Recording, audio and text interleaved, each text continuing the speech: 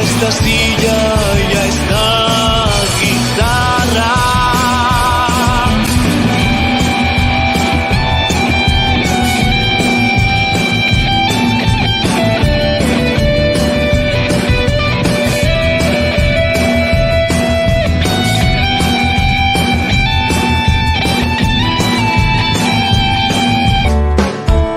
No hay nada que me guste más que sus besos. No hay nada que me alegre más que su compañía. Discúlpame estos detallitos. Naciste pa' que seas feliz.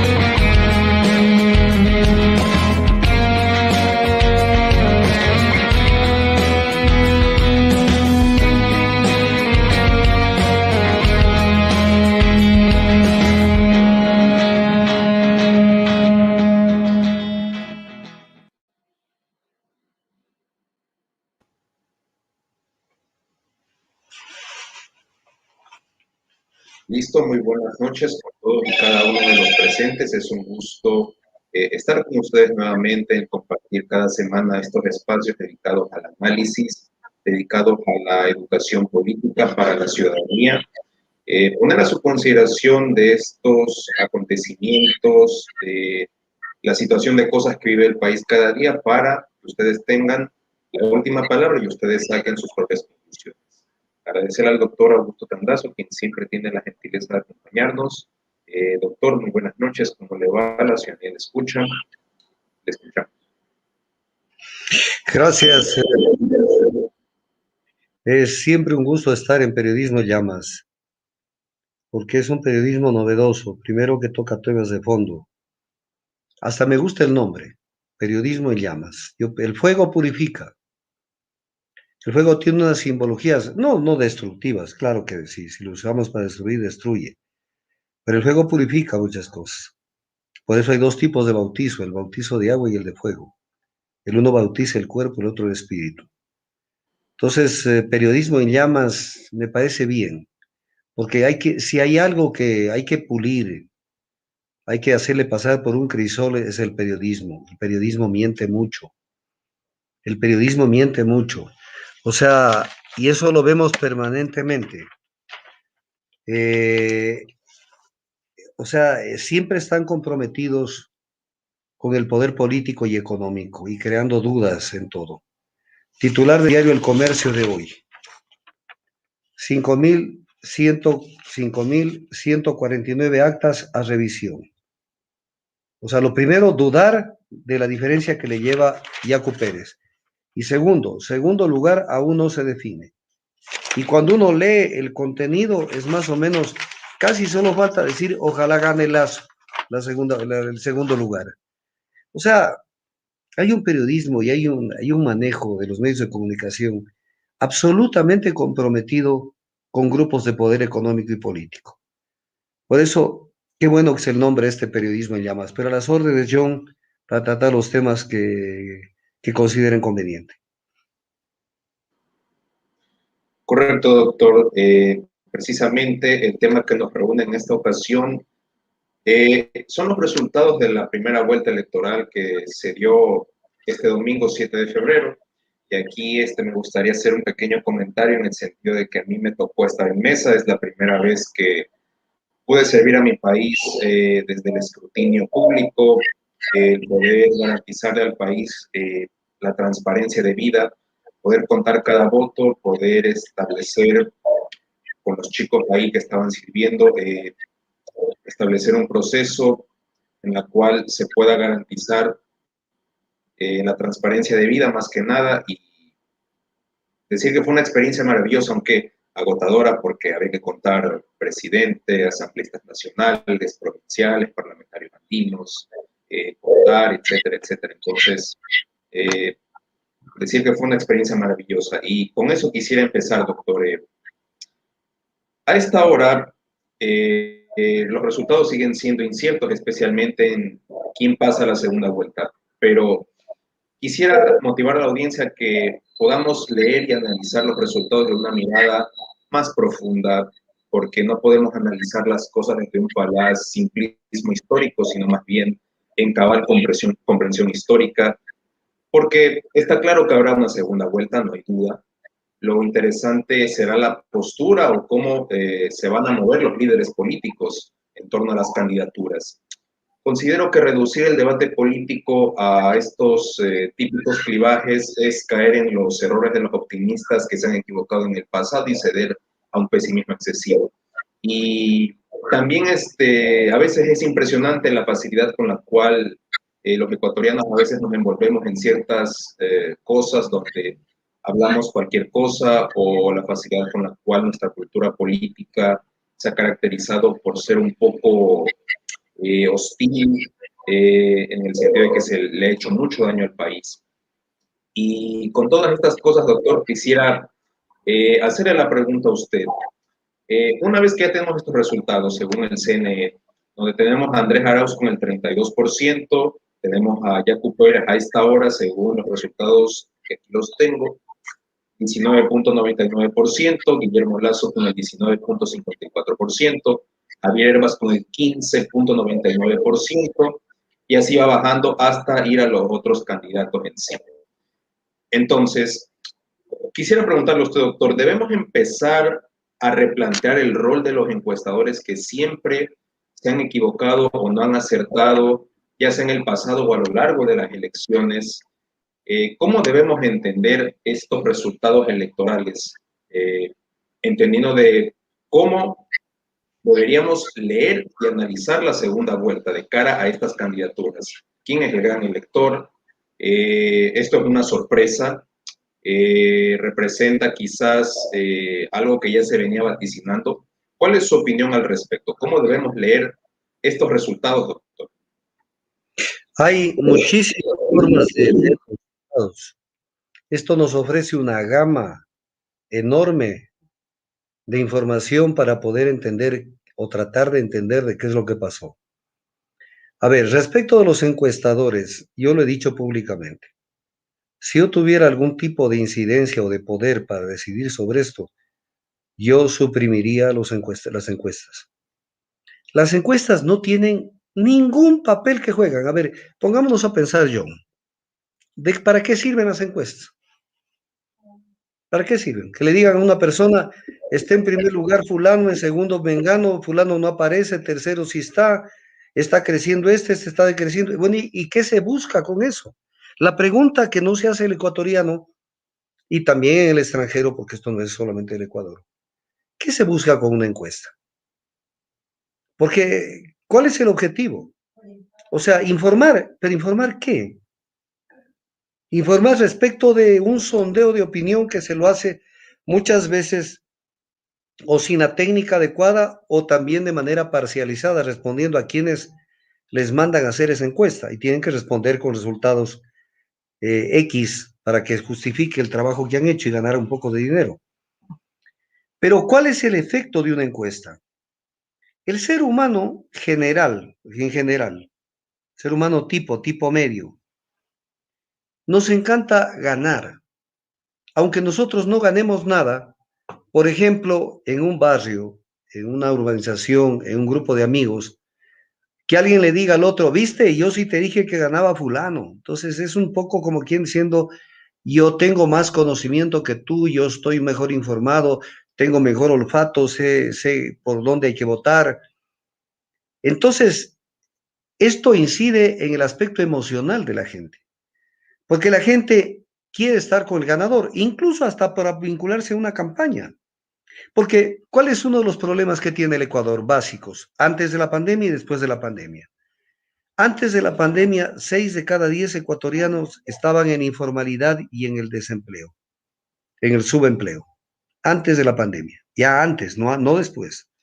Y después de la pandemia, esto más o menos ha subido a 7 de cada 10 ecuatorianos. Entonces, por poner un ejemplo, mucha gente dice, yo me voy a pegar a una campaña porque de pronto por ahí consigo un trabajo. Porque el sector privado es un sector que generalmente no ofrece oportunidades de trabajo. Es un sector prácticamente paralizado, es un sector anquilosado que no crece. El tema, lo que más crece es el tema de comercio, porque somos especulativos como país, pero el tema productivo, el tema manufacturas es el 13% del PIB. Somos un país que no crece en esa materia. El comercio es el que más se lleva y otro tipo de actividades. Pero incluso en la actividad de comercio, no sé si han dado cuenta que buena parte de la gente que está en esta actividad especulativa son extranjeros, porque se privilegia. Si usted llama a una cablera, por ejemplo, Movistar, claro, o a una empresa, le contesta una colombiana o le contesta una venezolana. Entonces, la gente ¿a dónde busca empleo? En el Estado. Y después critican que por qué el Estado tiene tanto personal, porque es el único que da empleo. El resto no dan empleo. Si pudieran ellos votar a toda la gente, lo hicieran. Lo que pasa es que necesitan gente. Y a eso un poco va la humanidad con la tecnificación, en donde no se ve que lo más importante es generar mano de obra, es dar empleo, porque cuando se ve el grado de tecnología que manejan los países industrializados, poco a poco se va desplazando al ser humano y son las máquinas las que trabajan y el ser humano solamente verifica cómo está trabajando la máquina. Entonces tenemos ese problema. Si esto le sumamos, doctor, que a veces se confunde que el Estado tiene que ser regulador, más no estrangulador. No, el Estado tiene que ser regulador. No puede renunciar a ser regulador porque entonces no existe el Estado. En la ley de la selva, si usted suelta a todos los animales, pues sencillamente se comen entre todos, que es lo que pasa en la ley de la selva. Pero en los seres humanos necesitamos a alguien que ponga orden y que defienda al más débil, que proteja, no con un paternalismo, pero sí que no permita que sea abusado en lo económico, en su trabajo, en su salario, en sus perspectivas de vida, en la salud, en la educación y etc. cosas. Y mantenga una división insalvable cada día más grande entre el mundo industrializado y el mundo en desarrollo y dentro de nuestros países también, porque hay el nivel de desigualdad económica es demasiado grande. Pero viene el tema. La gente busca en una campaña insertarse con un candidato ganador. Claro que también hay candidatos que logran financiar una campaña de buena o mala manera y obviamente tienen dinero como para decir, contrátate tantos miles de personas que pongan banderas, que peguen propaganda, que hagan esto, que hagan lo demás acá. Entonces hay gente que se vincula, aunque no crean en Lucio Gutiérrez o en Jimena Peña o en Guillermo Celi, pero si les dicen, venga y ayúdenos, párese en esta esquina con una bandera, se va a parar porque no tiene que comer. Entonces una elección es una serie de oportunidades y la gente está pendiente de las encuestas también para ver si de pronto se embarcan en una candidatura ganadora y a través de una palanca del que los llevó, con el que están trabajando, con el que están haciendo la campaña, buscar un carguito, buscar que le conecten con algún trabajo. Entonces, ese es el papel de las encuestadoras, confundir a la gente. Y la gente se comienza a confundir. Pero también hay otro tema que incide, que no tiene nada que ver con las encuestadoras. Las elecciones es como la Navidad, pero la Navidad no en el gasto, sino en el ingreso, para los medios de comunicación masivos. Porque ellos esperan, pero si ellos pudieran hacer una elección anual o varias elecciones y varias consultas populares, pues por eso apoyan todo ese tipo de iniciativas, porque tienen como colocar propaganda en sus medios y de esa manera tener un ingreso. Pero refiriéndome al tema de la encuestadora no cumple ningún otro un papel. Si lo ponemos en una balanza y decimos, a ver, ¿qué de positivo hay de una encuesta y qué de negativo? Lo negativo es el 90%.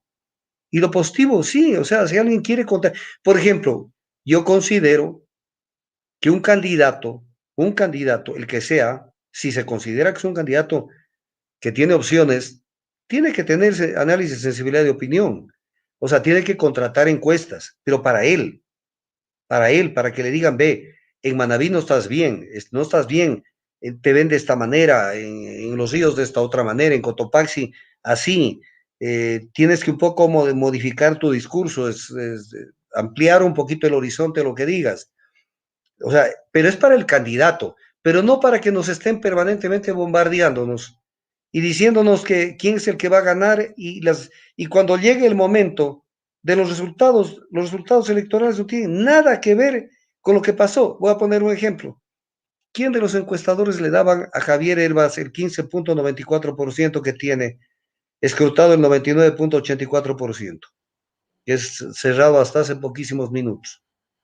¿Quién le daba a Javier Herbas eso? Nadie. ¿Quién pensaba que Jaco Pérez le iba a sobrepasar, aunque sea con 30 puntos que le está sobrepasando, 30 centésimas, a Guillermo Lazo? ¿Quién podía decir eso? Si lo ponían, ¿quién? Por eso es que Abdalá Bucarán tiene esa famosa frase cuando ganó las elecciones y dijo, y ahora, era como diciendo, y ahora que me digan que yo iba a perder. Entonces, el papel de una encuestadora es deleznable y se equivocan permanentemente, pero no importa, convencen de todas maneras, algún porcentaje interesante en cada candidatura es inducido por este tipo de análisis. Entonces, el primer tema encuestadoras. El segundo tema,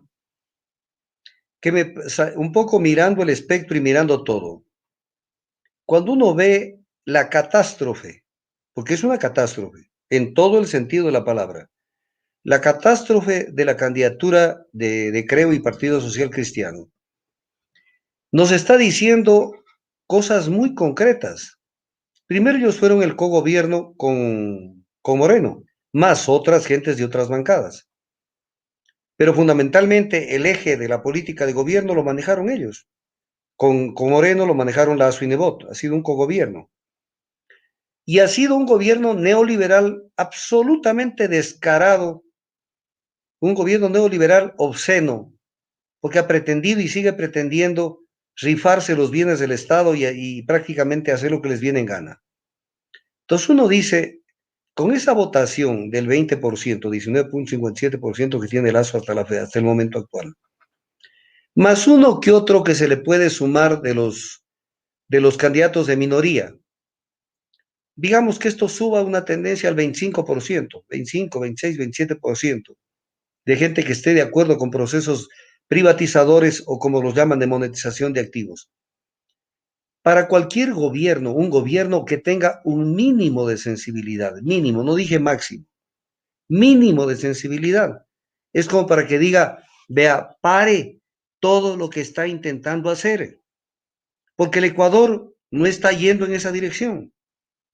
Entonces, ¿cómo puede ser que sean tan sinvergüenzas? Porque es la palabra, no encuentro otra en el castellano. Si ustedes me ayudan, me recomiendan una palabra y la utilizo. Que sabiendo la realidad de lo que estamos viviendo en el Ecuador, continúen con este tema de los procesos privatizadores que incluso violan la normativa constitucional, violan la normativa legal, violan el derecho público ecuatoriano, ponen la carreta delante de los caballos. Después de esto, acaban de mandar el proyecto de ley de sostenimiento de la dolarización, que busca dos cosas fundamentales. Ciudadano ecuatoriano, yo apelo ante ti, yo me canso, yo hago un esfuerzo enorme. Hoy mismo estoy un poco agripado, no estoy con el COVID por si acaso, pero estoy resentido los bronquios por una serie de factores, además porque yo he fumado mucho durante mi vida anterior y eso me dañó mucho los pulmones. Y sin embargo, estoy aquí, yo no estoy buscando nada, yo estoy buscando dar un poquito de la luz que tengo, un poquito. Yo no soy una persona presumida. Entonces, por favor, hazme caso. Aprendan a escuchar, porque después se van a tener que lamentar todo lo que está pasando. Voy a poner un ejemplo de dos cosas que están sucediendo. Este proyecto de sostenimiento de la dolarización, claro, con eso al ciudadano común lo confunden, porque el que lee el titular dice, claro, quieren sostener la dolarización y yo también quiero que haya la dolarización. Pero ¿qué buscan con esto? Privatizar el Banco Central. O sea que no lo pueden hacer, no lo pueden hacer. Y segundo, cambiar la composición de la Junta de Regulación Financiera, de Política Financiera, que es la que fija las tasas de interés, y que pase a ser un ente privado. Por favor, entiéndanme, escúchenme lo que les estoy diciendo. Y es hora de que se pongan pantalón largo y aprendan a escuchar. ¿Qué es lo que dice, por ejemplo, el diario El Comercio? Dice que con esta Junta de Política y Regulación Financiera, que este será un órgano independiente encargado de emitir el marco regulatorio prudencial que se deberán sujetar las entidades financieras de valores y seguros. Por favor. O sea, la gente privada se va a autorregular. ¿Dónde está el Estado, pues? ¿Dónde está el Estado? Si así manipulan las tasas. Porque hacen esto, colocan como miembros de esta Junta de Regulación, colocan a gente de ellos que les da aceptando el gobierno de turno y les dice, ok, te lo coloco. Y por eso tenemos las tasas activas que tenemos en el mercado, que son escandalosas. Si ustedes esa tasa activa la ponen al conocimiento de una persona del exterior, de un país algo serio, y le dicen, estas tasas hay en el Ecuador y un país dolarizado, les juro que no les creen. Y entonces ahora, no solamente contentos con eso, sino ante la posibilidad de que pierdan el control del país, quieren meter una ley en donde prácticamente se vuelve privatizado la composición de esta Junta de Regulación de Política Financiera. O sea, o sea, no puede haber más sinvergüencería que esa. Ya no puede haber. Entonces, Doctor, hay un tema importante porque hace varias semanas usted y yo abordamos esto y de hecho le había compartido a usted y a la audiencia este artículo que sacó incluso el Banco Mundial en enero del 2021, donde establecía de que el CBI, el concepto que era Central Bank Independence, o sea, la independencia del Banco Central, entre otras cosas, y la tesis de estos caballeros que habían formulado este estudio en un paper, decían de que, por ejemplo, si se independizara o si se hiciera autónomo el Banco Central, una de las cosas que perjudicaría como tal al Estado sería, por ejemplo, la desregulación del mercado laboral, debilitar la política fiscal y también promover la liberalización financiera y que el Estado no pueda tener control sobre las tasas de interés. Y si a esto le sumamos que este proyecto que en esta mañana en Radio Majestad el ministro Pozo de Economía y Finanzas alegó de que esto también era para que las reservas internacionales sean autónomas y no puedan ser tocadas por nadie del Ejecutivo. Y aquí sí quisiera compartir con la audiencia de que aquí también se contraviene el artículo 303 de la Constitución, donde establece de que es la función ejecutiva a través del Banco Central la que fija precisamente la política crediticia, bancaria, monetaria, para que pueda garantizar de alguna manera precios, costos equitativos, que es lo que es norma constitucional en ese sentido, doctor. pero correcto, lo que tú estás colaborando con el análisis. Es correcto, o sea, ¿cómo puede ser que uno de las patas de la mesa, uno de las acciones más importantes que inciden en la economía de un país son las tasas de interés, son los marcos regulatorios de los mercados financieros de valores y de seguros, y que eso se quiera volver un sector independiente del Estado? O sea, no pueden ser tan sinvergüenzas. Esto no existe ni en los países más neoliberales del mundo. Y entonces, bueno, uno dice, ¿qué es lo que quieren hacer con el país?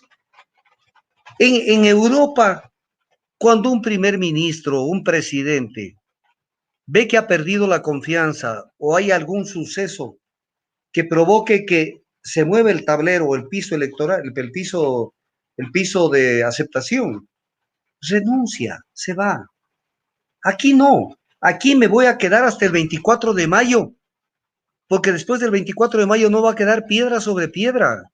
O sea, una sinvergüencería tamaña, pero tamaña porque el pueblo se le ha metido en la cabeza de que la única forma de hacer ciudadanía es votando en las elecciones para elegir autoridades. Y eso no puede ser.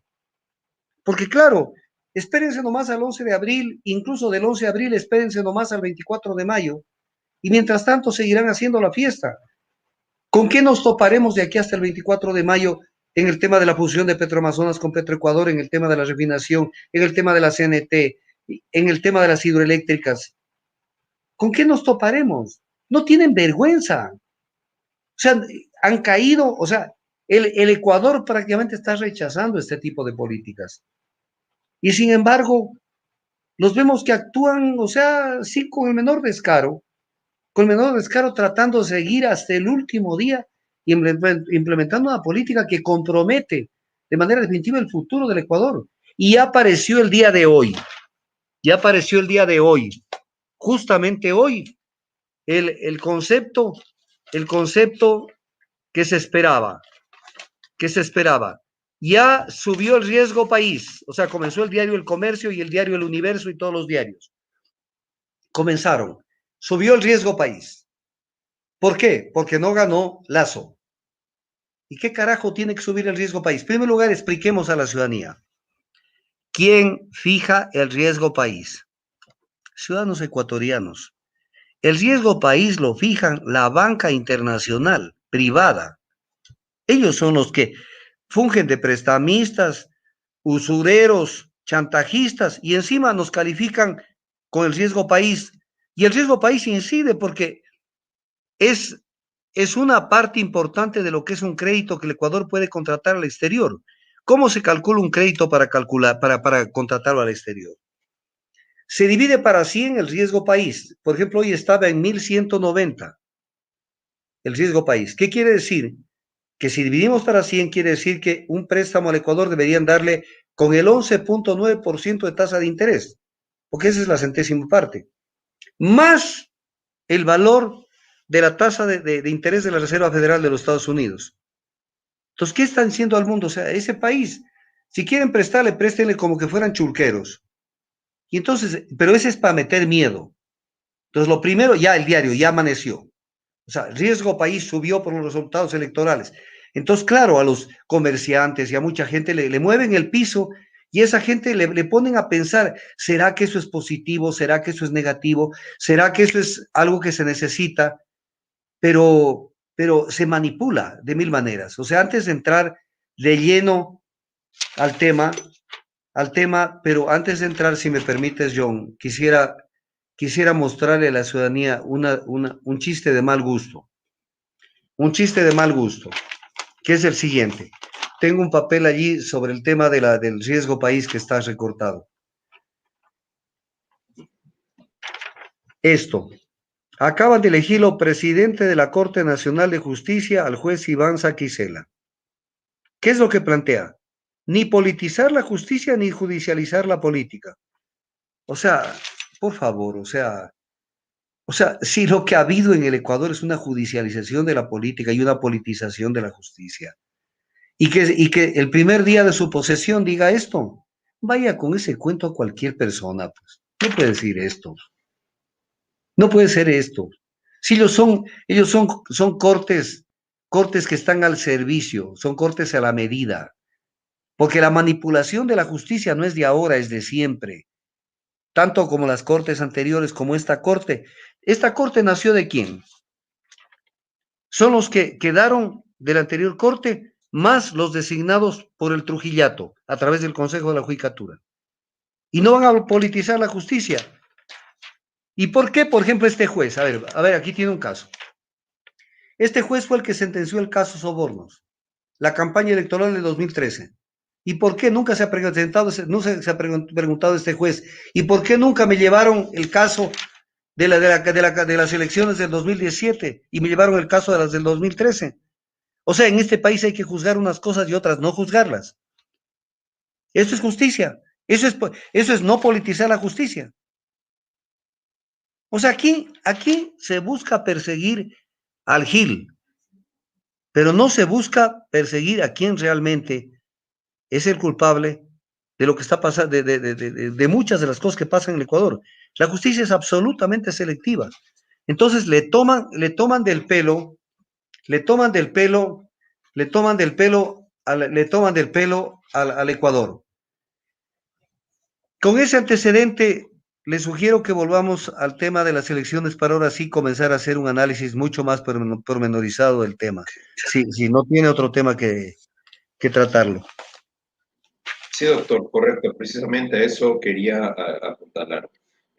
Quisiera hacer un análisis con usted de dos cuestiones. Primero, la de los resultados de las candidaturas presidenciales y luego analizar cómo quedará la próxima asamblea, que me parece que es un tema que a mi juicio me preocupa más que las candidaturas presidenciales, porque es el espacio donde se lleva a cabo la gobernabilidad, los proyectos de ley, una serie de cosas, y en base a la última legislatura, entonces los ciudadanos ecuatorianos quedan más expectantes y con la incertidumbre.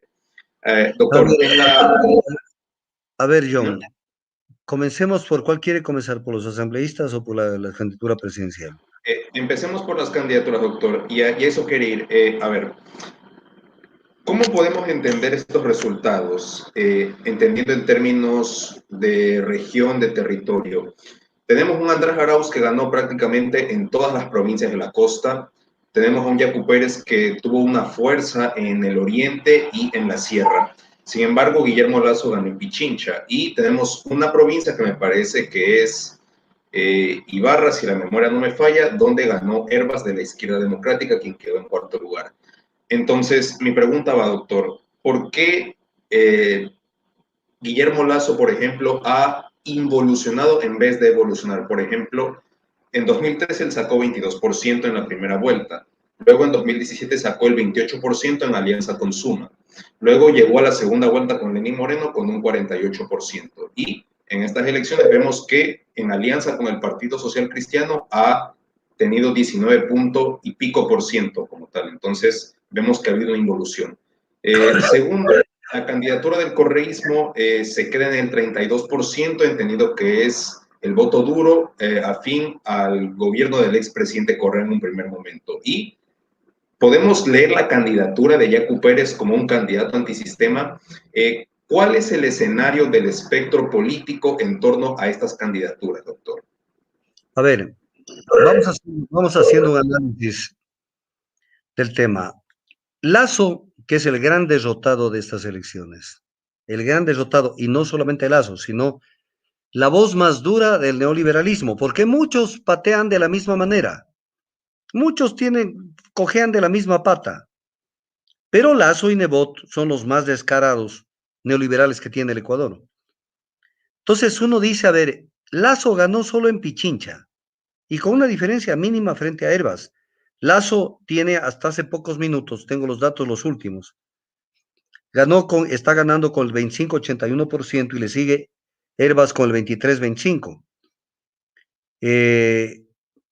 Lasso gana en Pichincha y gana en el voto exterior que viene de América Latina y el Caribe.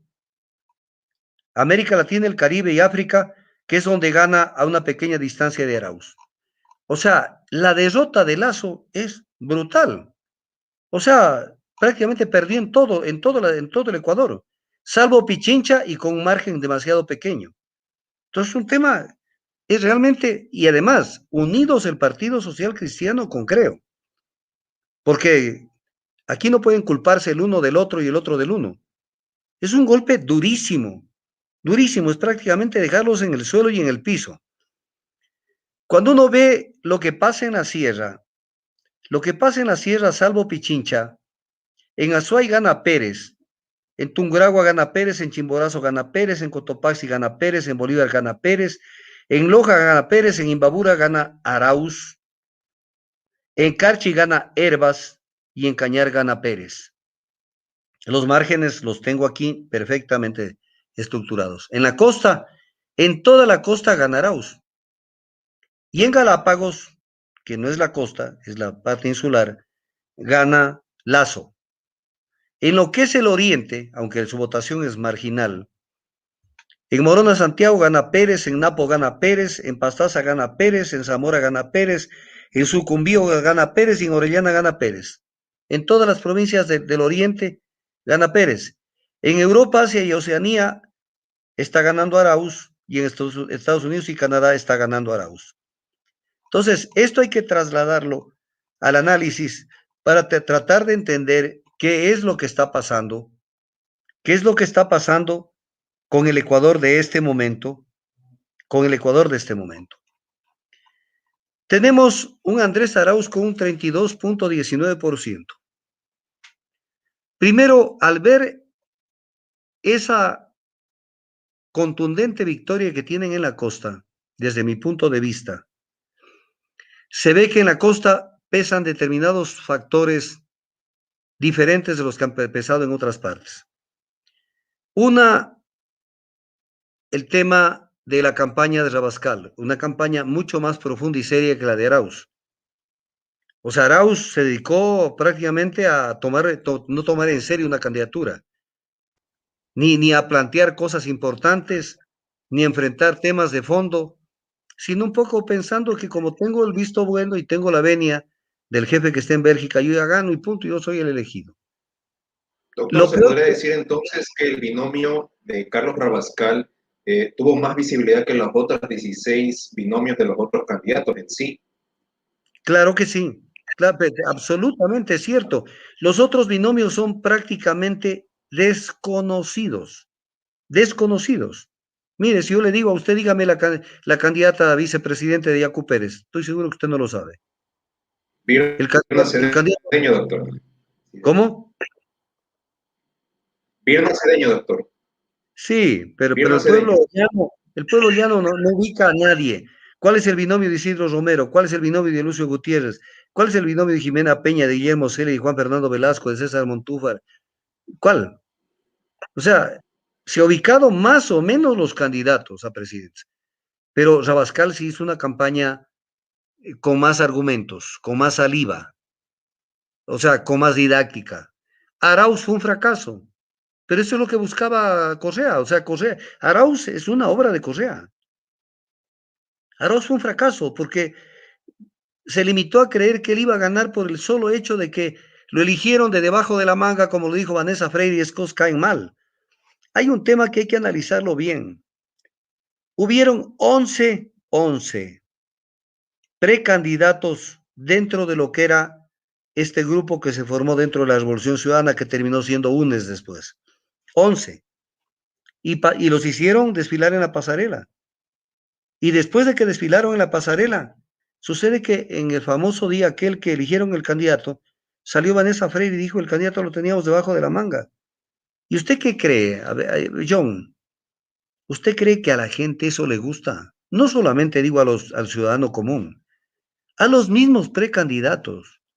No voy a decir nombres, pero ¿usted cree que les gustó que se hagan peinar, que unos que por ahí se pongan botox, se hagan peluquear y modifiquen un discurso y vean cómo buscan ser los elegidos y le digan, no, si el elegido es un muchachito que estaba por ahí por Michigan, que estudió en la Academia Cotopaxi, que es la academia en Quito, que viene a ser un colegio que creó la Embajada Americana en su momento y que es para solamente gente muy rica de la ciudad de Quito.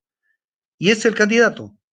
Entonces, pero además no tomaron en cuenta a gente de las bases de la sierra, bases importantes, pues, de lo que es el grupo de la Revolución Ciudadana, llámele como se llame.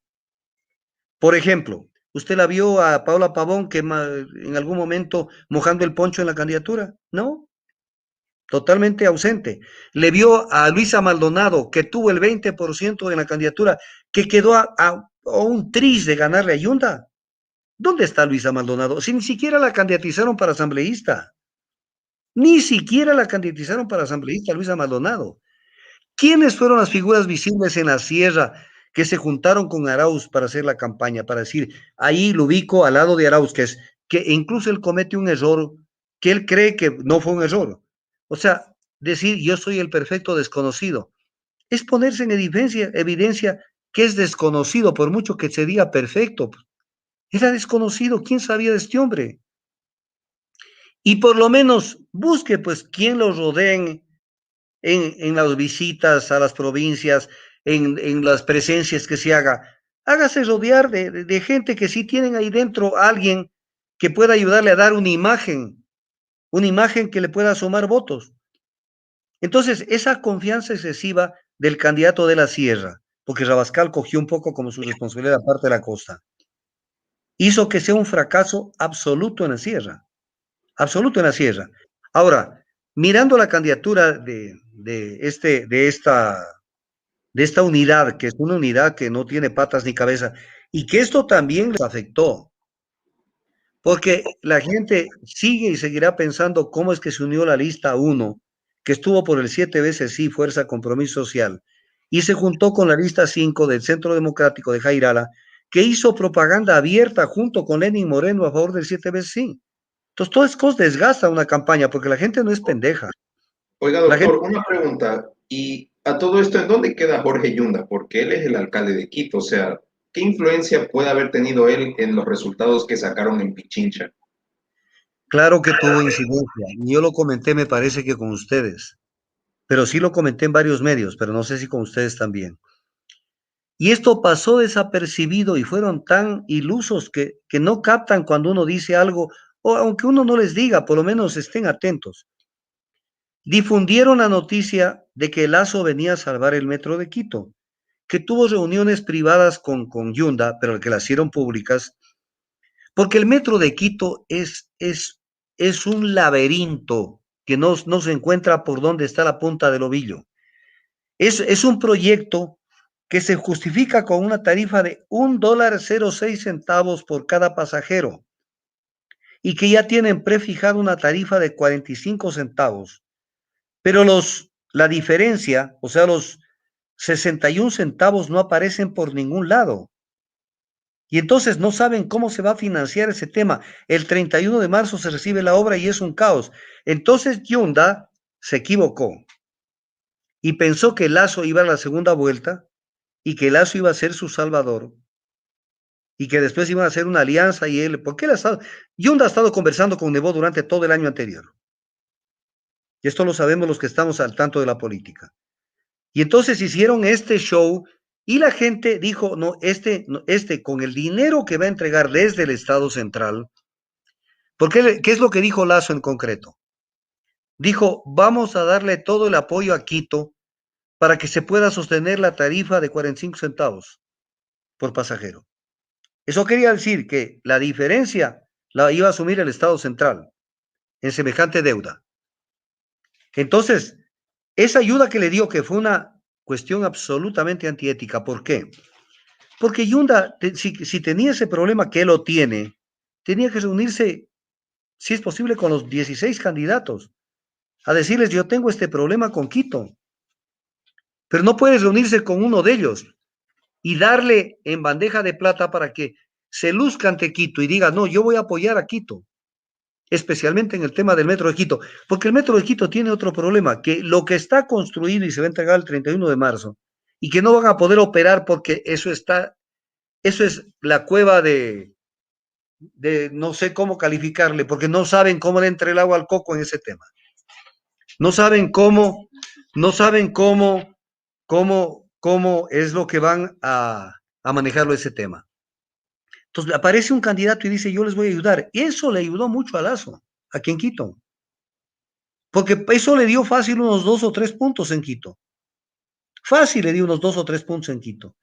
Porque la gente dijo, yo no voy a pagar más de 45 centavos por el metro. Es más, ojalá me bajen de ahí para adelante. Porque incluso hay un tema. Aprovecho para que más de un quiteño que me esté oyendo. Tienen que pagar 45 centavos por la tarifa del metro. Pero el momento que se conecten con los alimentadores, ya está fijada la tarifa de 35 centavos. El que vive en Quito van a estar 45 más 35, 80 centavos para moverse de un sitio a otro. y se va a municipalizar todo el transporte, se van a cambiar incluso las rutas, pero en un proyecto que no está debidamente planificado y que ya estamos a días de que se entregue la obra, no tienen preparado absolutamente nada sobre ese tema. Pero bueno, independientemente de eso, llega Lazo y dice, yo soy la salvación. Como había una propaganda vieja antes de un banco que había en el Ecuador, decía, yo soy su amigo solución. Entonces a Lazo le dio un espaldarazo yunda, pero enorme, para que se publicite dentro de Quito. Y eso deberían pedirle cuentas al alcalde Yunda, que es la única provincia donde gana. Ahora, en el tema de la sierra, es un destrozo total de la candidatura. Bueno, en la costa de la candidatura de Lazo no pega por ningún lado. No pega. Prácticamente es un renunciar a la candidatura. ¿Por qué razón también? Por la Oiga, presencia de Nebot. Sí. sí, doctor, disculpe que le interrumpa, pero a todo esto, ¿cómo queda Álvaro Noboa? O sea, ¿cómo puede incidir, ya que él no pasó a ser candidato? ¿Tuvo alguna incidencia la no participación de Álvaro Noboa en estas elecciones? ¿A qué candidato le benefició esto, doctor? A ver, Álvaro Noboa hizo una declaración muy concreta. Primero, hagamos una mini historia chiquitica. El 30 de octubre, el Tribunal Contencioso Electoral le ordena al Consejo Nacional Electoral que acepten, que faciliten que Justicia Social presente su candidato. Y se hacen los de la vista gorda, los del Consejo Nacional Electoral, para que no entre Álvaro Noboa, pensando que le va a quitar los votos a Lazo. Pero es posible que de pronto Álvaro Noboa haya sacado mejor votación que el mismo Lazo. Porque no es lo mismo cómo el pueblo asimila a un empresario y cómo lo asimila a un banquero. El empresario generalmente da trabajo, el banquero vive de los servicios, vive del chulco, vive de una cantidad de cuestiones. Pero cuando Álvaro Noboa le boicotean desde el 30 de octubre con mil y un mañoserías, y fueron tan cínicos que dijeron los del Consejo Nacional Electoral, que Justicia Social estaba boicoteando el proceso electoral cuando ellos son los que lo boicotearon al proceso electoral para que no entre Noboa. Cuando Noboa vio que ya le cerraron todas las puertas, dijo, yo le pido a mi militancia que no voten por Lazo, y explicó por qué no había que votar por Lazo. Y ahí estaba la gente de la costa en especial oyéndolo. Y luego dijo, y si yo le digo a la gente mía, a mis militantes que voten a por Arauz, yo sé que ellos van a votar por Arauz. O sea, no llegó a decir tan claro como decir, y les pido a mis militantes que voten por Arauz, pero fue una insinuación tan obvia, tan subliminal, tan bien manejada, que un poco les dijo, vean, Lazo no, y si quieren voten por Arauz. Y él sí maneja un porcentaje de aceptación Noboa, tanto que estuvo en finales de candidaturas presidenciales, en donde hay muchos votos que debe haberle quitado a Lazo, muchísimos votos. Y esos votos fueron a parar donde Arauz. Pero también hay la votación que le benefició a Arauz, la votación de Abdalá Bucarán, cuando se inventó, porque él es el mago de ese tipo de cosas, se inventó que entró en un desacuerdo con Sagniay porque no lo había defendido en los problemas que está pasando y que pedía a su gente que más bien si quieren voten por Arauz. Eso también subió la candidatura de Arauz. Y no olvidemos que las candidaturas de la costa, en especial las de la costa tradicionalmente, y espero que no se molesten muchos amigos o conocidos de la costa, el populismo más se hace evidente en la costa. Y la candidatura de Arauz es una candidatura populista. Entonces eso explica por qué tuvo semejante resultado en la costa y no lo tuvo en la sierra, porque en la sierra comenzaron a ver las elecciones de otra manera. Entonces, ¿qué vemos en el espectro? Vemos una candidatura de Arauz que llega a tener el 32.19% hasta el día de hoy, hace una hora más o menos. Entonces uno dice, a ver, ¿qué puede sumar esta candidatura? Los votos, a pesar de que no son endosables los votos, no son endosables, pero desde luego hay tendencias. No se puede pensar que todo el porcentaje total que saca una tendencia van a ir a votar por el contrincante que es la antípoda de lo que ellos plantean. Los votos de Lazo no van a ir donde Arauz. Los votos de Hervas, que él ya dijo que él dijo que él no está por ninguna de las candidaturas, aunque él no tenía por qué decir eso, porque Herbas no fue nada más que un convidado de la izquierda democrática para que le den un espacio para que se candidatice. ¿Quiénes son los que tenían que Oiga, pronunciarse? doctor, Sí. pero, pero hay un tema, interesante porque para mí los gestos en política valen mucho. Esta mañana, por ejemplo, salió en redes sociales Javier Herbas y Yacu Pérez como que dándose la mano y diciéndose que lo cortés no quita lo valiente. ¿Quién puede estar en contra de ese concepto? Pero este tipo de gestos, como por ejemplo que los dos salgan bailando Yulai y diciéndose, sí, yo no lo voy a decir a nadie que vote un poco de muestras ante el público.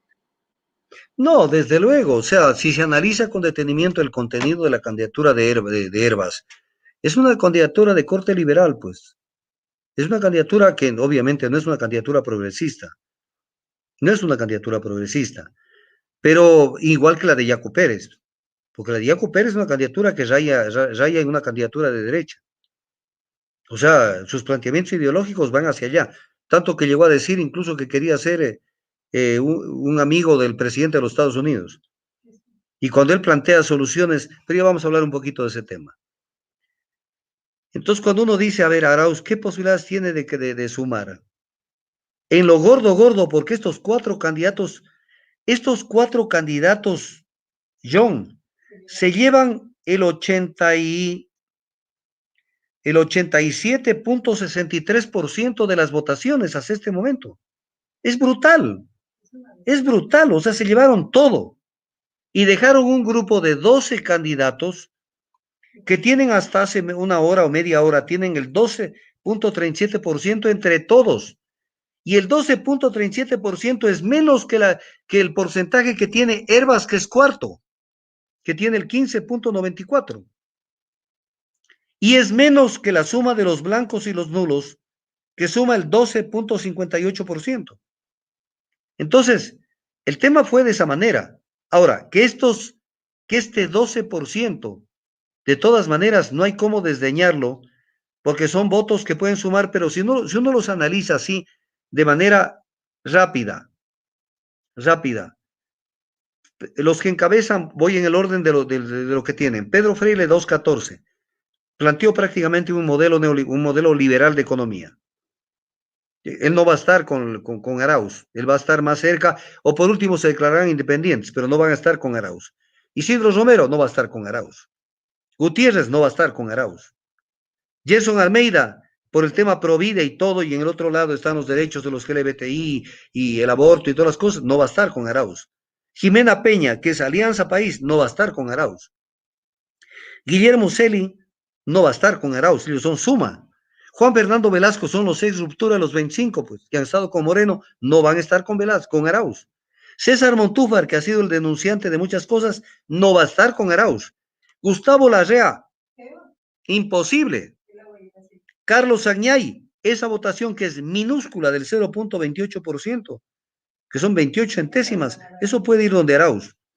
Giovanni Andrade, que es una candidatura de Unión Ecuatoriana, en donde no hay una química ya no digamos con Arauz, sino con la Revolución Ciudadana, porque hubo todo un resentimiento cuando salió Washington Pesantes y más bien casi le hacen un juicio político y lo votan a la gente de la Revolución Ciudadana. Y Paul Carrasco, que es, ahí sí no sabemos qué puede pasar, porque el hombre puede cambiarse de camiseta, puede hacer lo que sea, pero lo que veo de este grupo de los 12.37%, veo un 0.50%, la mitad del 1%, que podría plegar a la candidatura de Arauz. Del resto, un poco de la izquierda democrática, pero llegar a tener un 19% más o menos, o un 18 y pico por ciento, que necesita para pasar, para ganar las elecciones, le veo una cuesta bien arriba la de Arauz. Bien, pero bien empinada la cuesta. No le veo grandes Doctor, opciones. tengo otra pregunta y un pequeño paréntesis. Primero quisiera agradecer a la audiencia. Tenemos 1000 personas que nos están viendo en este momento y agradecerles, de verdad, gracias a ustedes es posible estos espacios y que compartan en nuestras redes sociales, en @llamasgc, en Facebook, en Twitter y en nuestro canal de YouTube. Y decirle a usted, doctor, que también le mandan muchos saludos sus internautas. Hoy. Salud, doctor. No se me, no se me, no se me desmaye, por favor. Verá. Bueno, doctor, sí. Entonces, Paso a mi pregunta, doctor. Disculpe que le interrumpa. Sí, se podría decir que este es el fin de estas agrupaciones políticas que no lograron sacar al menos el 1%, entendiendo de que, por ejemplo, una de las reformas que pasó al Código de la Democracia establecían de que aquellas candidaturas que no saquen un porcentaje determinado, me parece que era del 4 o el 2%, tenían que devolver el 50% del Fondo de Promoción Electoral hacia el Consejo Nacional Electoral. Entonces, podemos hablar de que este puede ser ya el fin de que estas candidaturas o estos partidos políticos ya no se vuelvan a presentar en las siguientes elecciones. ¿Se puede hablar de un fin? desde luego, porque es un dinero que ya está gastado, que está en manos de los medios de comunicación o en propaganda o en una cantidad de cosas, pero fundamentalmente en manos de los medios de comunicación, porque ellos pautan. Y ese es un dinero que van a tener que devolverlo. Y después van a querer una amnistía y que se les facilite, que es así la democracia. Pero están metidos en un lío esos 12 candidatos, que entre los 12, como lo dije, no llegan a acercarse ni a pasarle al cuarto candidato, que es Hervas. Entonces el tema está difícil. Ahora, la izquierda democrática, yo no quiero hablar solamente de Hervas, sino como partido. La izquierda democrática viene a ser una especie de árbitro, que tampoco es que define totalmente el final, pero sí es una votación interesante que puede poner cerca de ese 50% a una candidatura. De tal manera que cuando uno analiza otro tema, John, que es un tema bien profundo, y que les pido a los queridos amigos que están en la sintonía, que con papel y lápiz, de ser posible, anoten determinadas cosas. La Asamblea Nacional todavía, a pesar que hay proyectos que quieren reducir el número, que no sé qué, que no sé cuánto, son 137 asambleístas. La mayoría simple que se necesita para determinadas cosas, por ejemplo, aprobar una ley, pero ya para algo más de fondo, se necesitan 2/3 partes, por ejemplo, para una reforma constitucional, para una enmienda que toque los artículos, que toque la estructura de la Constitución y los elementos constitutivos del Estado y los derechos y garantías constitucionales. No se lo puede hacer con una simple reforma constitucional, sino a través de una asamblea constituyente. Político. Pero partamos de estos dos conceptos que quiero meterle a la ciudadanía que los tenga, que los grabe. La mayoría simple en la asamblea son 69 votos. Y las 2/3 partes que en muchos casos se necesitan son 91 votos. Son 69 y 91 votos. Ahora veamos cómo están distribuidos los votos. 124 votos, 124 asambleístas hasta este momento son de estos, ya de no digamos 4 movimientos, porque como entraron con listas diferentes, creo, y el Partido Social Cristiano, entonces son 5 partidos y movimientos políticos que están involucrados en la mayoría de esta votación. Entonces uno dice, a ver, ¿cómo está distribuido esos 124 votos? Lo que sobran son 13 votos que tienen hasta este rato Concertación, 2 votos, Construye un voto, Avanza 2 votos, Ecuatoriano Unido 2 votos, Democracia Sí 1 voto, el de Gustavo Larrea, Unión Ecuatoriana 1 voto, Movimientos Locales, que no son nacionales, 3 votos, y Partido Sociedad Patriótica, que es otro de los grandes perdedores de la elección, Lucio Gutiérrez y su combo, 1 voto. Un asambleísta sacó. Y un porcentaje que sacó en las elecciones Lucio Gutiérrez, que es de miedo, 1.77% que lo tiene hasta este momento. Entonces, en total son 13 asambleístas que no están dentro del grupo de los 5. ¿Qué es lo que dice la Constitución? Que para formar una bancada se necesita al menos el 10% de los votos del total de asambleístas. Si son 137, se necesita al menos 14 personas. Ni siquiera pueden constituir una bancada. Son tan pocos que son 13, no son 14.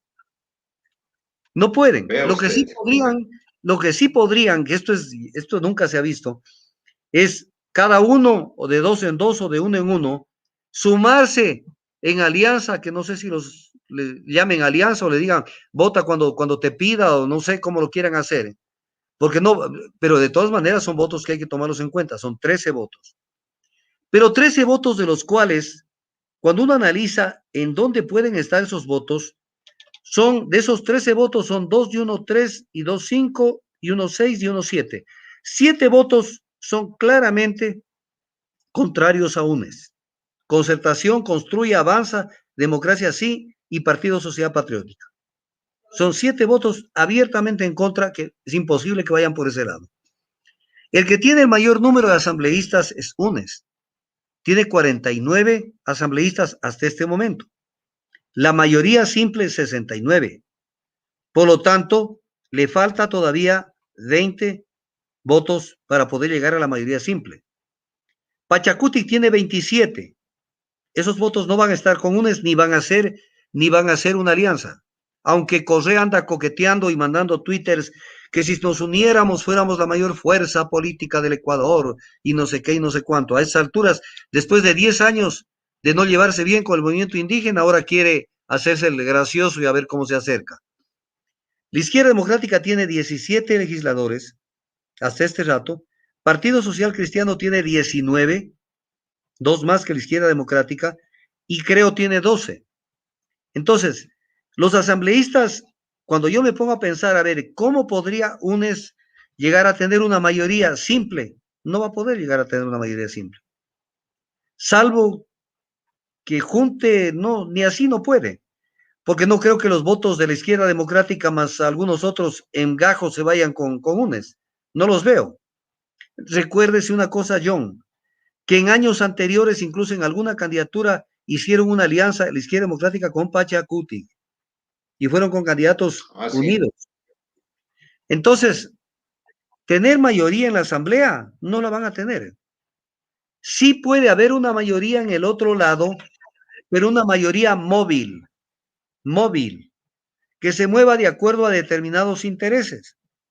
Por ejemplo, Pachacuti de pronto puede con Izquierda Democrática, que serían entre los dos 44 asambleístas, plantear determinadas cosas, pero a las que se van a oponer, creo, a las que se va a oponer el Partido Social Cristiano. Entonces, va a ser una asamblea absolutamente polarizada. O sea, va a ser un arte de magia intentar poner de acuerdo a la gente ahí dentro. Oiga, Y de doctor, alguna si esto le manera, sumamos el hecho del primer día que le va a tocar presidir, pues a las mayorías estas, de designar presidente, los dos vicepresidentes, las comisiones, o sea, va a ser algo que va a echar chispas ya desde el primer día. esto va a ser terrible, independientemente de quién gane. Entonces, esto es lo que se ve en términos más o menos de lo que está pasando hasta este momento, que se prevé, si no sucede algo extraño con estas actas rezagadas a las que está aspirando Nebot y Lazo, que realizando un reconteo de esas actas, pueden ellos superar esos 30 centésimos de diferencia que tienen con Yacu Pérez. Entonces, el tema se vuelve bastante difícil para lo que se viene. Pero cuando vemos un poco el tema electoral, me gustaría que me regale unos minutos para ver algunos temitas de aquellas candidaturas, no de Arauz, porque de Arauz ya más o menos sabemos qué es lo que quiere, ni tampoco de Lazo. Pero veamos de Yacu Pérez, para ver de qué lado mismo está y por qué es que logró sensibilizar a la gente.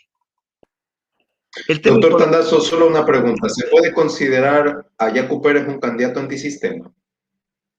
No.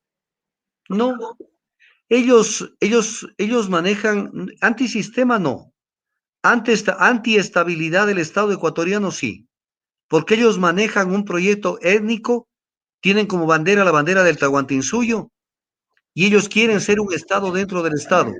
Tienen su propia justicia, tienen sus propias autoridades, y lo que buscan es que se les conceda territorios para de esa manera acceder a los recursos naturales, a la propiedad de Bueno, los recursos naturales.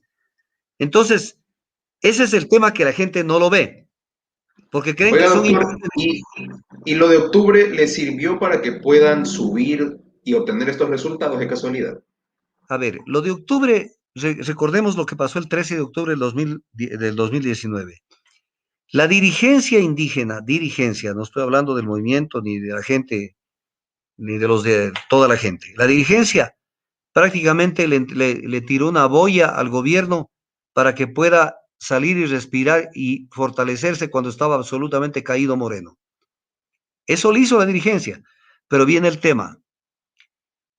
Fue tan mal el cálculo de los enemigos o de los que no lo vieron a Yacu Pérez y a Pachacuti como un peligro, que no lo enfrentaron, pues. No lo enfrentaron en la campaña, porque como que no le pararon bola y no se dieron cuenta que había que tomarlo en consideración para un poco decirle, oiga, pero usted estuvo con el gobierno, pues, involucrarlos también porque ellos estuvieron, pues, prácticamente desinflando la protesta.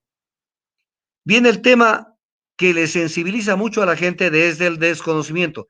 Y lo digo con todo respeto, pero con toda la convicción y el conocimiento de 49 años de experiencia en el sector energético nacional e internacional. El tema ecológico es un tema manoseado que se presta para confundir a Raimundo y todo el mundo. Y en el Ecuador, buena parte de los ecuatorianos no tiene la más remota idea del tema ecológico, pero se casan nomás con una idea y esto es lo que de alguna manera manejó Yacu Pérez. Otra cosa que le ayudó a Yacu Pérez, que nadie estuvo presto a protestar, pero a protestar y a realmente pararse duro, fue que ahí Atamaín se portó vivísima. Les permitió la consulta sobre el agua en el Azuay. Y eso fue terrible, porque al permitirles la consulta sobre el agua, metieron dentro de ese concepto a muchísima gente y eso explica toda esa votación que tuvo. Una votación en el Azuay importantísima. Pero no solamente eso, sino que Yacu Pérez comenzó a aparecer como el caudillo, como el hombre que estaba defendiendo el cambio, oponiéndose al cambio climático y todo ese tipo de cosas, cuando el tema es mucho más profundo de lo que creen esta cosa, de enfrentar el cambio climático. Primero, voy a decir una cosa muy elemental. El cambio climático se da por dos tipos de factores, causas naturales y causas antropogénicas, o sea, derivadas de la acción del hombre. Lo que más cambia el clima son las causas naturales. Lo que al mundo, la Tierra, la ha cambiado a través de toda su historia, 4.500 millones de años, cuando ni siquiera existía el ser humano, han sido las causas naturales.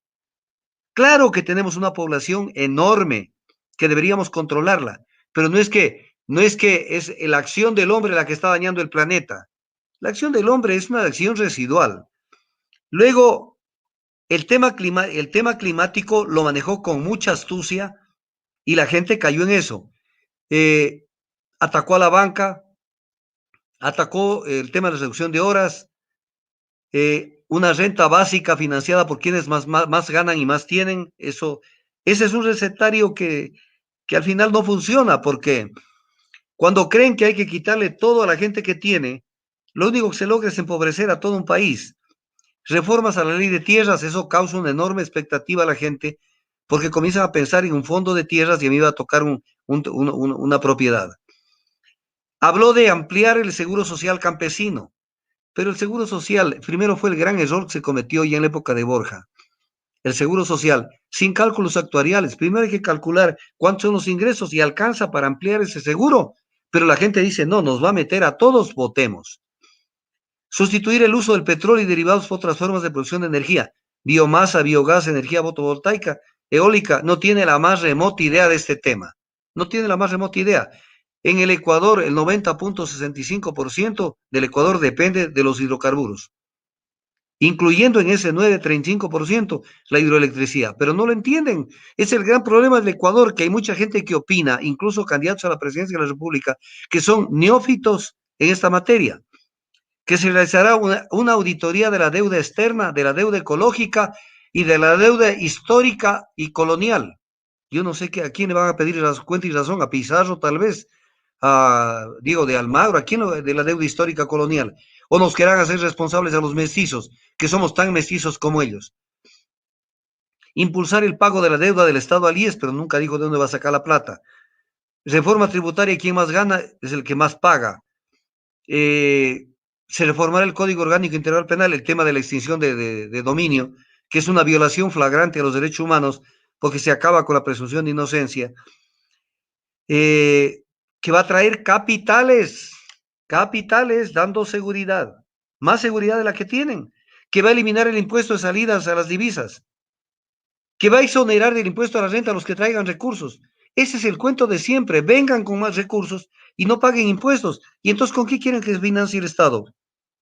¿Con qué quieren que funcione? Otra cosa que a la gente le llamó la atención, dotar de internet a toda la gente, eliminar el Consejo de Participación Ciudadana y Control Social y el Consejo de la Judicatura. Tienes que ir a una asamblea constituyente, hijito. No puedes ir así nomás a plantear una reforma constitucional y no vas a tener ni los votos para esta cuestión. Aquí hay un tema que la gente no lo vio. 40 años de prisión para quienes cometen determinados delitos.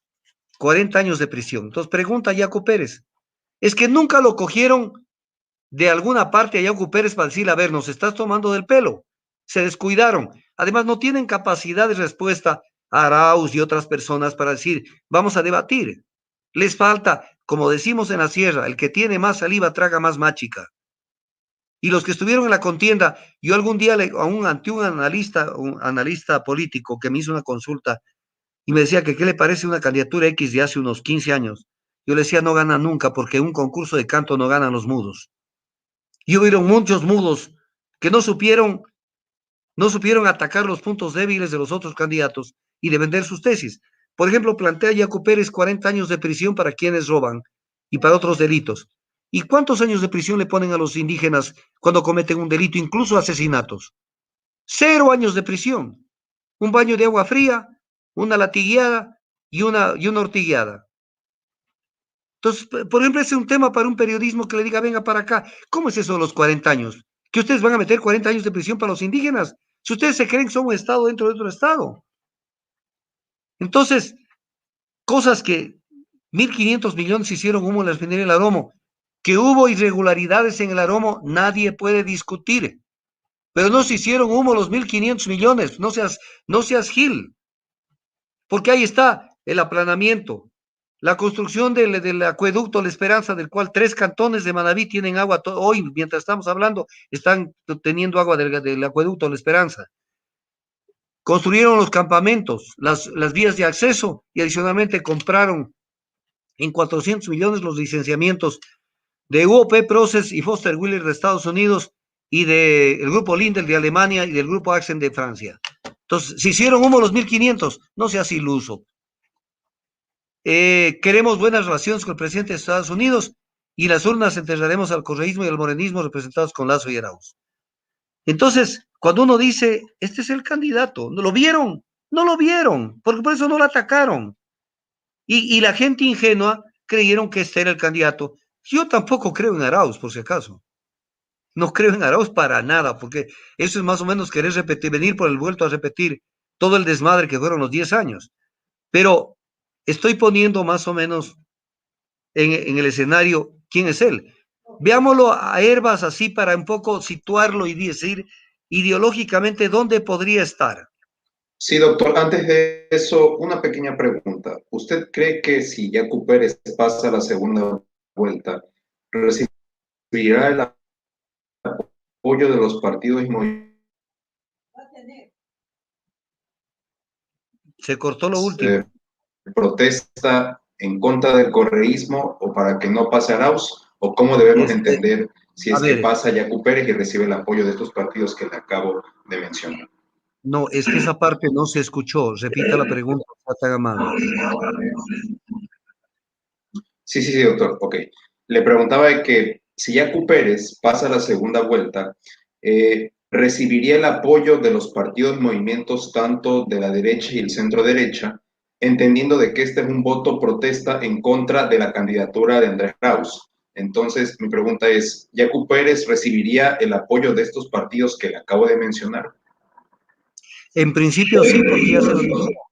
Lazo declaró el día lunes, ayer, declaró que si él pasa la segunda vuelta, que todavía cree que va a pasar, pero que si él pasa, si no pasa la segunda vuelta, que él apoyará a Yacu Pérez en la campaña, que es lo mismo que le dijo Yacu Pérez hace unas 2 semanas, que si él no pasa la segunda vuelta, sus votos y de su gente irán por Lazo.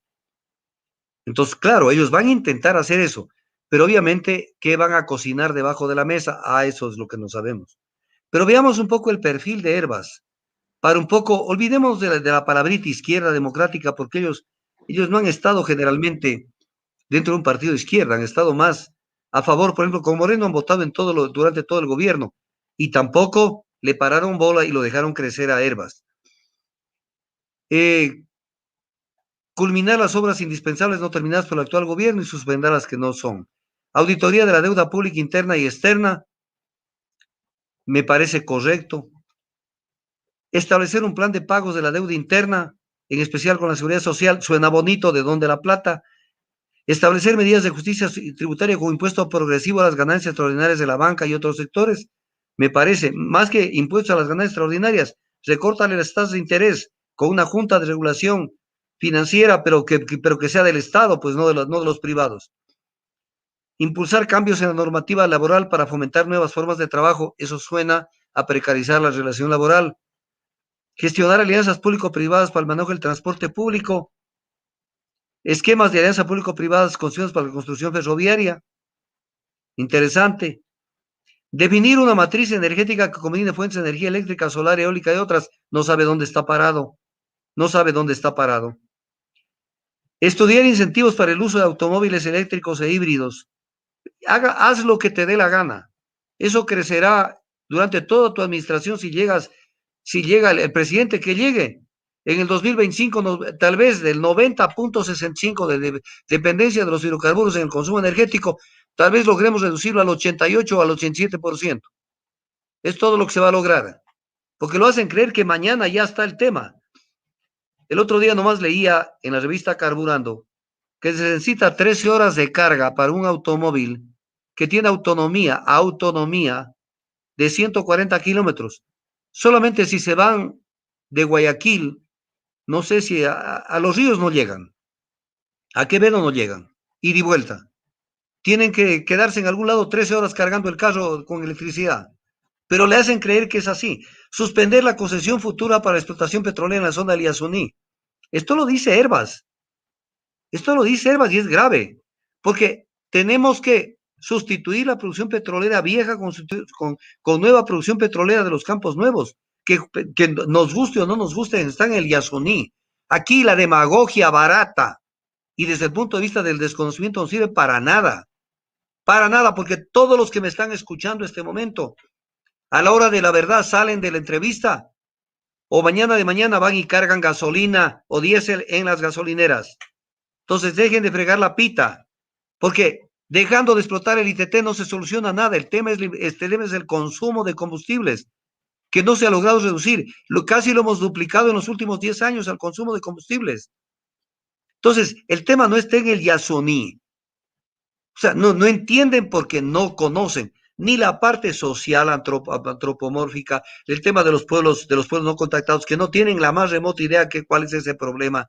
No conocen el tema de las tecnologías que se usan actualmente, no solo en el Ecuador, sino en el Perú, al otro lado de la frontera. No tienen idea, pero suspender el Yasuní, bueno, mejor pégate un tiro. Reconocer y es una institución autónoma, no hay que reconocer, aplicar la Constitución nomás. Bachillerato técnico, me parece bien. Planificación urbana, eliminación del Consejo de Participación Ciudadana y Control Social, todos están en ese patín. Abrir al Ecuador al mundo de los mercados. Creen que es cuestión de abrir nomás a los mercados. Vienen y te tragan, hijito. No produces ni agujas de coser en el Ecuador. O sea, no seas tan ingenuos.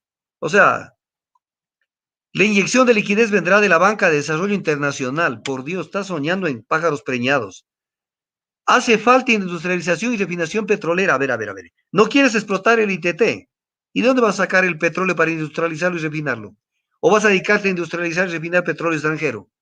O sea, entiende, hijito. Vacunación estratégica, 24 millones de vacunas, que las iba a traer ya. No hay en el mercado. Así tuviera este rato la plata contante y sonante para ir a comprar los 24 millones de vacunas. No hay esas vacunas. No hay. Es más, dato del día de hoy. Arauz ofreció que ya tiene garantizadas las vacunas con el presidente de Argentina, 4.4 millones de vacunas, de las vacunas AstraZeneca producidas con la asociación con la Universidad de Oxford. Y entonces viene el tema, acaban hoy, el que no conozca, investigue. Esa vacuna le dan un grado de efectividad del 60%. Es la vacuna en este momento que está cayéndose al piso porque no le están dando un grado de efectividad justo a la que ya el Ecuador se comprometió a través de COVAX, que es el sistema de administración de las vacunas que maneja la Organización Mundial de la Salud, en importar 885,000 vacunas. Y sucede que la vacuna AstraZeneca incluso es la que menos combate las demás cepas del COVID. Y no hay en existencia para comprar, no hay. Pero ya el señor Herbas iba a traer 24 millones. Que se transparente cuánto le debe el Estado al IES. Me encantaría que pregunte cuándo comenzó la catástrofe desde el gobierno de la izquierda democrática con Borja, porque ahí comenzaron las deudas con el IES. Plantea un jurado popular y un jurado ciudadano al estilo de las películas norteamericanas. Necesitamos una ley de extinción de dominio. Eso es un pisoteo del derecho. Buscar una bicameralidad, eso es ir a una constituyente. ¿Estás dispuesto a ir a una constituyente? Se te va a caer todito. A todos se les van a caer la votación. Dice que hay 16 binomios fragmentados y que no se respetan las ideologías. ¿Y cuál es la ideología de la izquierda democrática? John, tú me hacías un comentario del Banco Mundial al inicio de la entrevista sobre cómo el Banco Mundial criticaba las actuaciones que estamos llevando en el Ecuador en términos de intentar este tema de la privatización del Banco Central. El Banco Mundial, hace años, el Banco Mundial publicó, y tengo yo eso en la oficina, no tengo acá, publicó y dijo que de los sistemas de contratación que hay en el mundo, el menos transparente de todos era el Swiss Challenge, porque era una trampa para hacer una contratación a dedo. ¿Qué utilizó Paco Moncayo para contratar el aeropuerto en el tema de Tababela, siendo de la izquierda democrática? ¿Cuál fue el sistema? El Swiss Challenge. Entonces, se olvida la gente del pasado. Ingreso de la banca internacional,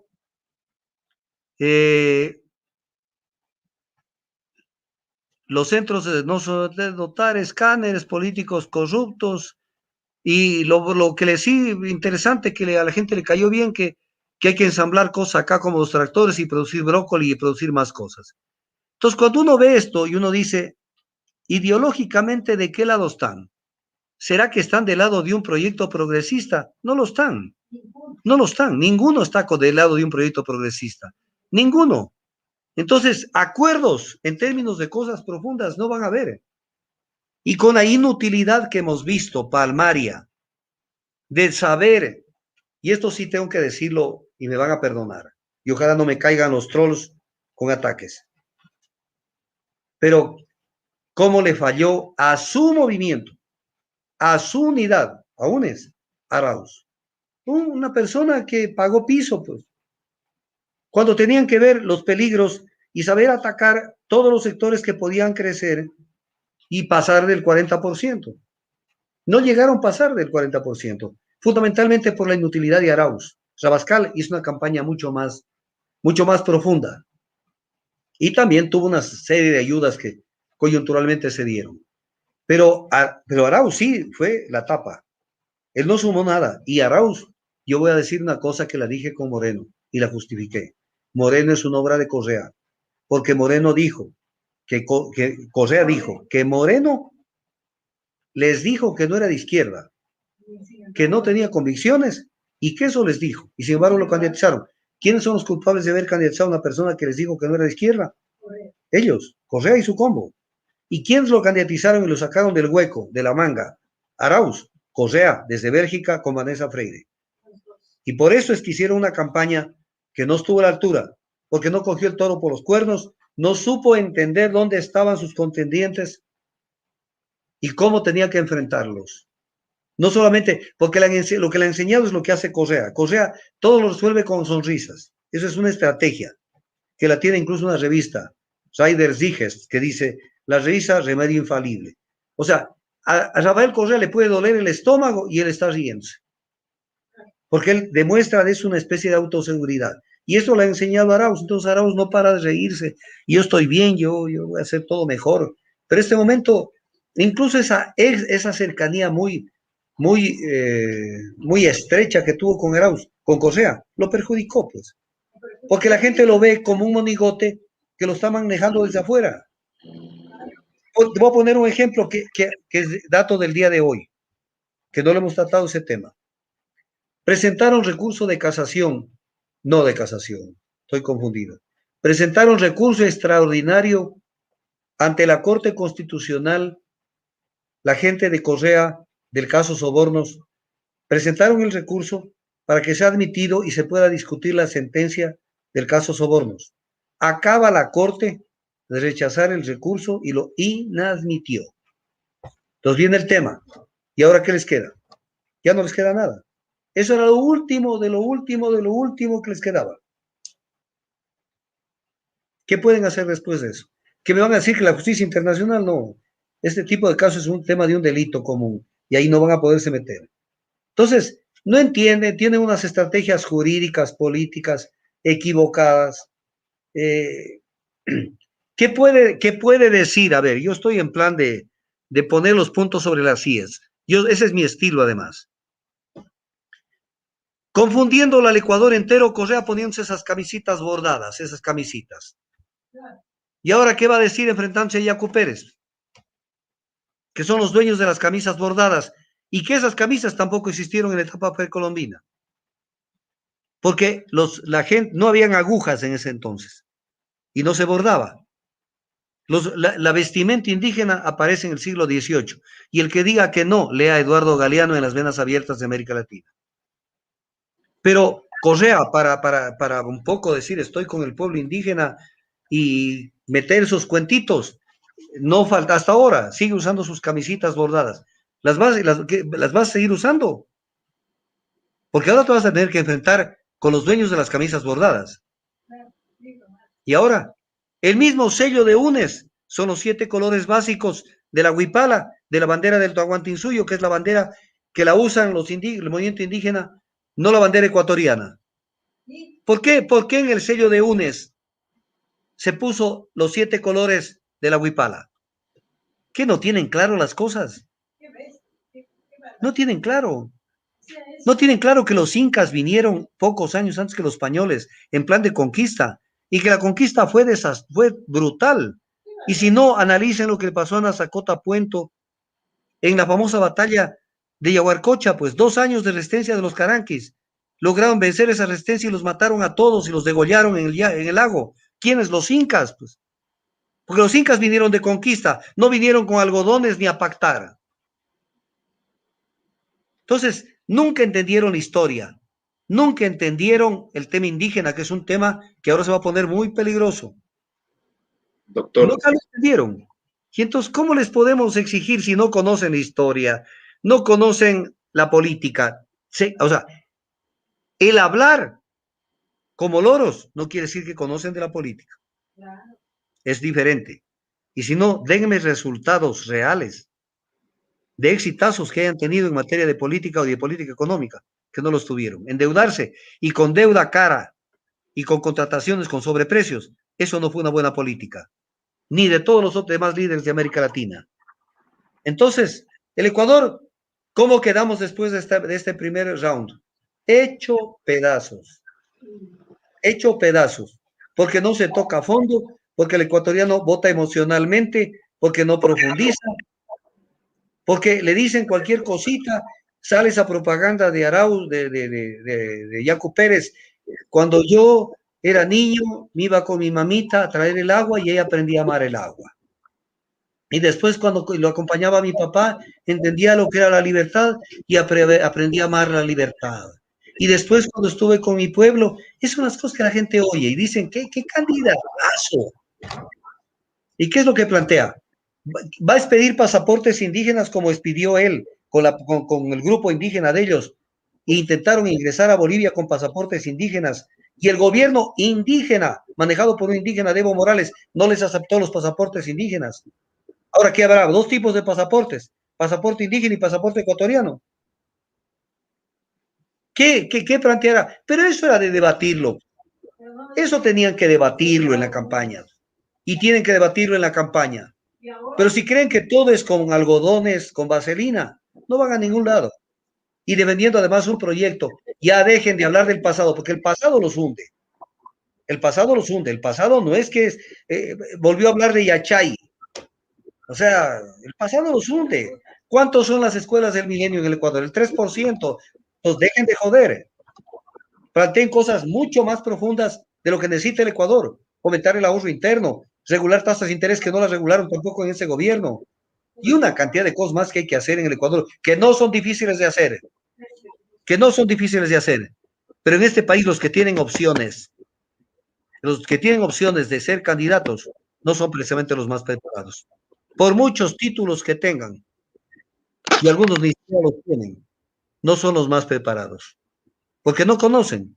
Entonces, por eso es que llega el momento donde no saben qué hacer este momento, porque su capacidad de crecimiento va a ser mínima. Y la capacidad de crecimiento del binomio, el que sea, va a ser máxima. Pero prefirieron el perfecto desconocido, que si le juntaban un buen candidato a Rabascal, de pronto hubiera tenido otro escenario el Ecuador en este momento. Pero Correa tenía que tener un obediente y no un deliberante al lado de él, al frente de esa campaña. Pues tienes que tienes que responder por la forma como manipulas a tu propio movimiento. Esa es la forma como los manejas. Yo estoy seguro que dentro del mismo movimiento, deben haber mucha gente que está haciendo críticas duras por la forma como se ha manipulado desde Bélgica determinadas cosas. Se ha dejado de lado gente valiosa, gente de lucha, Paola Pavón, Luisa Maldonado, una cantidad de gente que tienen que ponerla allí a pelear. Al final, Arauz, en una camioneta, esperando que le boten huevos y que le boten tomates en Carchi y en Loja. ¿Y dónde estuvo su capacidad didáctica para enfrentar? Porque riéndose no resuelves absolutamente nada. Tienes que enfrentar los problemas del Ecuador, debatirlos, ir al fondo de los temas. Eso no lo hiciste. No lo hiciste. Pensaste que como eras el ahijado, llegabas y ganabas. Ahora el tema se puso color de hormiga, y vamos a ver qué pasa, porque además hay que estar atento a ver si no manipulan esas 3,000 y pico de actas, que en este momento ya son menos, son 2,000 y pico, y que eso no cambie el posicionamiento entre Lazo y Yacu Pérez, porque eso sería ya el colmo que vía Pita, porque Pita está desesperado, que no sabe qué hacer para lograr que, aunque sea le pase con la nariz, Lazo a Yacu Pérez. Pero en todo caso, es el Ecuador. Y para terminar, mi querido John, primero decirte esto. Correcto, doctor. Solo le quería decir que estábamos en la parte final del... Mira cómo manipula el comercio. Mira. Periódico del día de hoy. Bonos caen de precio tras la primera vuelta. Entonces, para esto meterle miedo a empresarios, a comerciantes, a todo el mundo, para que digan, mira la equivocación, debían haber votado por Lazo, ojalá Lazo resucite, miren, aquí está, se equivocaron. Esto es manipulación. Esto no puede hacer un medio. Un medio tiene que informar, pero tiene que dar la fuente además. ¿A quiénes invitan? Ahí están a los que invitan. Véanles las fotos. Son las mismas personas que cuando tienen que hablar de esto los invitan. Al menos a la persona que está en el centro, lo tienen de comodín para cada vez que necesitan que digan algo, lo llaman. Los bonos, el resultado de la primera vuelta hace caer los bonos. Esa es una manipulación de la banca internacional, que son unos rateros, sinvergüenzas. Goldman Sachs es uno de los que califica el riesgo de los países. Y cuando vino acá en junio del 2020, cobró anticipadamente la deuda con Credit Suisse y Goldman Sachs, la deuda anticipada de 2022. O sea, ni se vencía la deuda y ya cobraron. Eso es ser rateros. Eso es ser rateros. Ese es el mundo. Los que están mejor vestidos Y los que aparentan ser más caballeros son precisamente los que tienen mucho que responderle a la sociedad.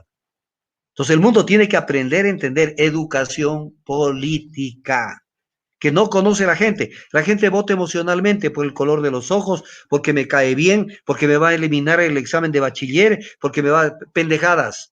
Mientras tanto el Ecuador va a la pendiente. Va a la pendiente. Eso es lo que tengo para decirte, John.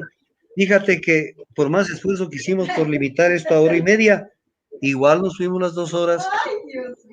Pero encantado de estar con ustedes. Sean benevolentes, no insulten, porque yo recibo insultos, no todos, yo recibo cosas hermosas, pero el que no tiene argumentos, insulta. Y el que tiene clichés, o el troll, que no es nadie, porque es una persona ficticia, insulta. Y comienzan así, es que usted es un amargado, usted no sé qué. Vean, yo soy una persona objetiva, yo no soy una persona que en este momento tengo un problema de gastritis o esto me saca de quicio. Yo soy una persona totalmente equilibrada, pero hago esta especie de conscripción de decirle al país lo mal que está y cómo no saben elegir. Cómo no saben elegir. Porque si veo que me tropecé con una piedra y que se me desinfló una llanta, no voy a ir por el mismo camino y por la misma piedra. El solo hecho de tener ese 32% ya es como para decir al pueblo, no aprendiste la lección, hijito. No aprendiste la lección. O votaste por los $1,000 que te iban a regalar. Voy a dar una frase de las declaraciones de hoy, de Andrés Arauz. Le preguntan la pregunta del millón, y aquí les pido que por Dios me pongan atención. ¿De dónde se va a financiar o cómo se va a pagar los $1,000 que ofreció para 1,000,000 de personas? Preguntó el periodista lo que Arauz contestó. Ecuador sí tiene recursos, sí tiene dinero actualmente. El gran problema es que no hay la prioridad correcta. Vamos a acceder a distintas fuentes de financiamiento, pero lo principal es la propia que tiene el Estado ecuatoriano. ¿Cuál? No contestaste nada y quedas mal. ¿Cuál? Si no tienes ni para pagar los sueldos, entonces ¿de dónde quieres coger la plata? ¿De la Reserva Monetaria? Que no es tu plata, no es plata del Estado, es plata de los cuentacorrentistas, es plata de los cuentaahorristas y es plata de las entidades de seguridad social. Entonces viene el tema, mira, pues repito, cómo se la saca como mago, pero no contesta nada. Le dicen, ¿de dónde vas a financiar los $1,000? El Ecuador sí tiene recursos, no dice dónde. Sí tiene dinero actualmente, ¿dónde? El gran problema es que no hay la prioridad correcta, pero para eso tienes que decir que hay dinero. Vamos a acceder a distintas fuentes de financiamiento, ¿cuáles? Pero la principal es la propia que tiene el Estado ecuatoriano, ¿cuál? No contestaste nada, porque no sabes de dónde vas a sacar los $1,000. Y sin embargo, buena parte de ese 32.9%, 0,9% que sacaste, votaste, porque dijeron, juguémonosla por si acaso nos caigan $1,000 que no nos caerían mal. Eso es no tener dignidad. Es no tener dignidad. Y es dejarse tomar del pelo. Dejarse manipular. Eso pasa cuando el ser humano está hincado de rodillas y con las manos abiertas esperando dádivas. Porque esa estrategia electoral de los $1,000 sí le dio resultado y le hizo crecer. Pero así no se hace patria. Así no se hace patria. Algún día, ojalá este país recobre un rumbo y siga un rumbo de estabilización, de seguridad, pero no de esa seguridad para los empresarios transnacionales, sino de seguridad para el pueblo, de calidad de vida, de una cantidad de cosas. Pero para eso tenemos que mejorar nuestra capacidad de entendimiento. Tenemos que aprender a razonar. Tenemos que llenar el cerebro, porque esto está listo para recibir muchos softwares, los más importantes, inputs de conocimiento valiosos, pero no solamente levantándose y prendiendo Ecuavisa. Entonces, ¿qué tienen aquí dentro? Ecuavisa en una parte y en otra parte tienen Teleamazonas, más abajito el Universo y el lado del comercio. Y una que otra radio de las tradicionales. Y si ven las noticias internacionales, tienen que ver CNN. No saben nada de nada. Los han manipulado y lo que han hecho es engañarlos. Si no entienden que tienen que aprender a ser ciudadanos para algún día buscar días mejores, para que no hagan el papelón que hicieron en esta primera vuelta. Papelón por donde quiera que se lo mire. Y que perdieron una cantidad de gente, perdieron. Que no debería, por vergüenza deberían desaparecer del escenario electoral. Hasta ahí lleguemos, John. Te agradezco mucho por la invitación y entiendan que yo lo que busco es nada más que mejoren su perfil, sus conocimientos para que sean mejores ciudadanos. Gracias por todo, que Dios los bendiga. Y a ti, John, un agradecimiento especial por esta entrevista. A usted, doctor, de verdad agradecerle por siempre aceptar nuestras invitaciones y también agradecerle a la audiencia que hace posible estos espacios. De verdad, muchísimas gracias. Alcanzamos una visualización sumamente interesante y eso nos llena de mucha felicidad porque, insisto, estos espacios son para ustedes, querida audiencia. Poner a su consideración de estos análisis de la situación de cosas que vive en el país, para ponerlos a su consideración y que puedan estar al tanto de lo que ocurra, puedan tener un criterio y más que nada se informen con responsabilidad y puedan contrastar los hechos y que ustedes puedan sacar la última palabra y ustedes saquen sus propias conclusiones. Doctor, de nuevo agradecerle a usted, a la audiencia y espero volver a vernos en una próxima ocasión. Que Dios los bendiga a todos. Hasta la próxima. Chao. Gracias. Gracias.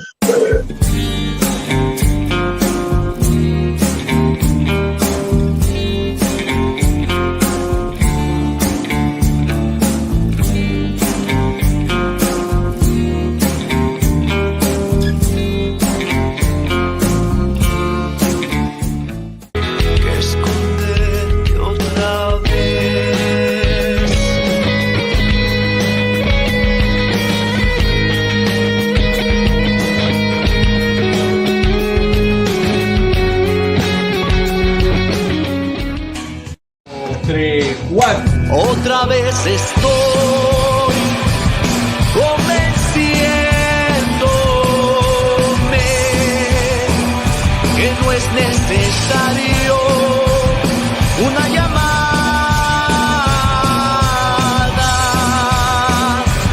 que merecita nomás a esta silla y a esta guitarra, a esta silla y a esta guitarra.